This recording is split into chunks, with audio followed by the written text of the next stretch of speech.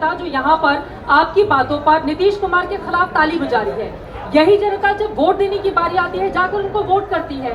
तो ये दोनों बातें अलग अलग नहीं हो सकती ना, कि जब ताली बजाने की बात आए तब तो हम आचार्य जी के साथ खड़े हो जाएं, लेकिन जब वोट देने की बात आए तो उसी आरक्षण पर, उसी जाति आधारित व्यवस्था पर जाकर हम वोट करें। ये दोनों बातें तो परस्पर एक दूसरे से जुड़ी हुई। देखिए, आदमी जाति के आधार पर, अपनी आर्थिक स्थिति के आधार पर, मैं किस सोसाइटी में रहता हूँ, मैं कौन सी RWA से हूँ, मैं गेटेड कम्युनिटी में रहता हूँ कि नहीं रहता हूँ, इन आधारों पर, मैं गोरा हूँ, मैं काला हूँ, मैं पुरुष हूँ, मैं स्त्री हूँ, इन आधारों पर अपनी पहचान तभी बनाता है जब उसे जिंदगी में कोई बताने वाला नहीं मिला होता कि तुम्हारी असली पहचान क्या है। हमारी जो ये शिक्षा व्यवस्था है ना, ये हमें बताती ही नहीं कि हम हैं कौन।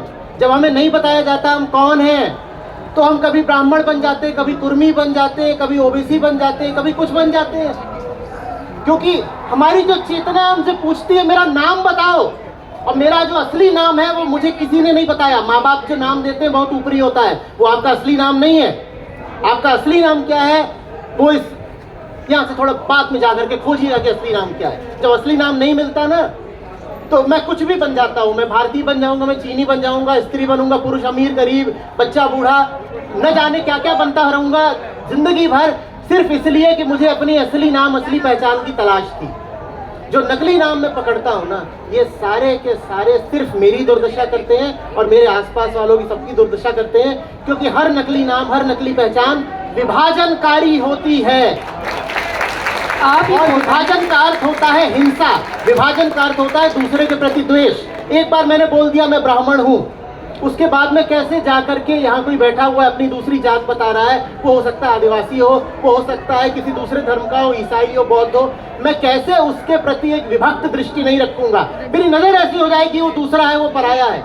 मैं बन गया कि मैं तो पुरुष हूँ, मैं आपसे कैसे साफ बात कर पाऊंगा। फिर वो सारी बातचीत हो जाएगी एक पुरुष की, एक महिला की। मैं आपसे बात कर रहा हूँ, मुझे आप में सिर्फ एक चेतना दिखाई दे रही है, और अपनी ओर से भी मैं सिर्फ एक चेतना हूँ, और यहाँ पर दो बुद्धियों का, दो चेतनाओं का संवाद चल रहा है, इसीलिए आप इतना आनंदित हो पा रहे हैं।